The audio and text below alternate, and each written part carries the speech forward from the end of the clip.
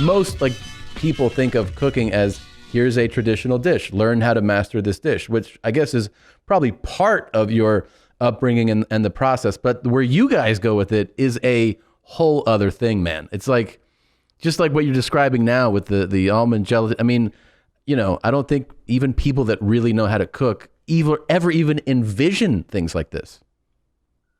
Well, and this was like dishes over the years I created once I became obviously part of America that I remember doing the Philly cheesesteak. Yeah. My way. Your way. I love Philly cheesesteaks, but obviously at minibar, I want to be raising the experience. Some people will say, but what's wrong with the traditional Philly cheesesteak? It's nothing wrong. Yes. But what happened? Only the people in the past could come up with new dishes. So today, Right. I only have to do the dishes that people did the last 2,000 years. Well, why? Why I need to be chained to the past? Yeah. That you're trying to create new things doesn't mean you don't respect the past. True. It's all the contrary. You respect it very much so. But at the end, what I did was we needed to recreate the bread. But I didn't want a lot of bread. I wanted only the right amount. We used the technique of a pita bread, a small pita bread that we actually overcook it. What happened with the pita bread when you overcook it? It gets crunchy, it becomes right? becomes like a pillow. Oh, right. Becomes hollow inside. Yeah. And because it was hollow and overcooked, you will have this pita bread pillow-like, very crunchy on the outside, totally empty and hollow inside. Right. Then we'll get cheese, but not any cheese. We will make like a cheese whiz, but became like a cheese mousse that was hot and is very light. Jesus. Using nitro oxide, and we will put that inside the hollow pita pillow-like bread. And then we will put a puree of onion above the pita. And then I will get Kobe beef, and we will put thin slices of the Kobe beef right above. God damn it. And then you will bring that bite into your mouth, sometimes with truffles if they were in season, just adding the two punches.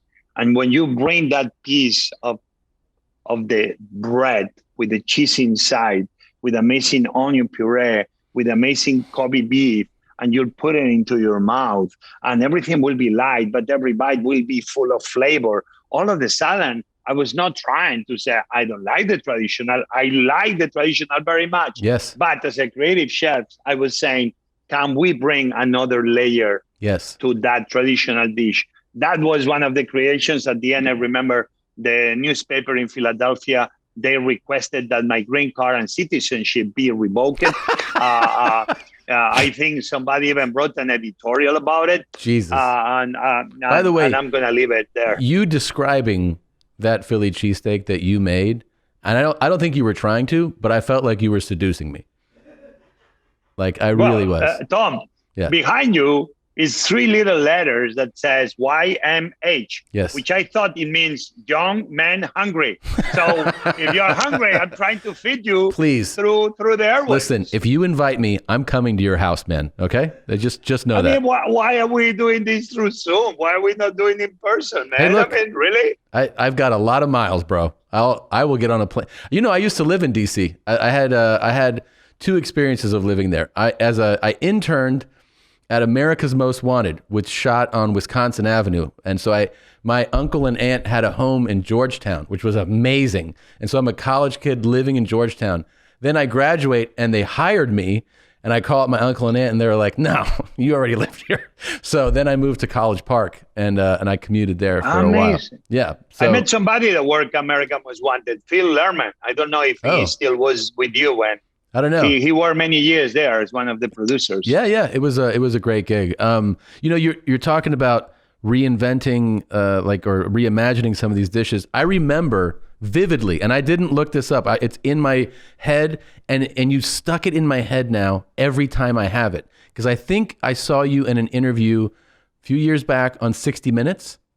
Is that right? And you said this thing, and I was like, God damn it, you've ruined this for me. You said, like, when you eat steak, you're like, you eat a bite of steak and you're like, it's good, it's meat.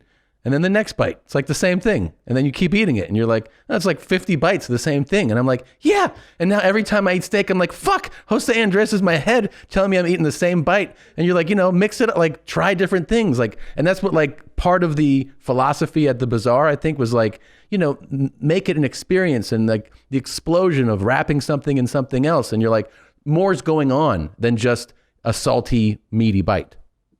But it's not only that. You put a piece of steak in your mouth, and for the record, okay? Yeah.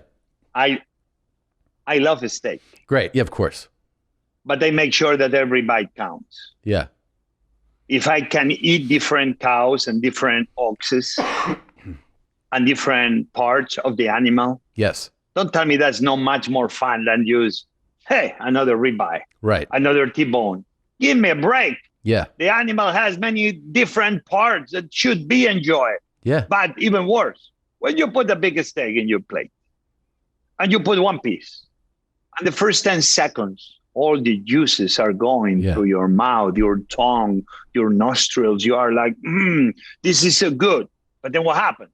All those juices disappear, and then you are stuck for the next 40 seconds like if you were a lion in the middle of the Africa wilderness, munching something like it's odorless, tasteless, and you are like, you cannot even talk, because if you talk, everybody sees you have a big ball of nothingness in your mouth. It's like a black hole at this point. True. And you are like, what the heck? I have to go through this 20 times. It's like madman. Yes. So I don't want that moment where you are munching without enjoyment. Yeah. I want every bite to count, every second to count.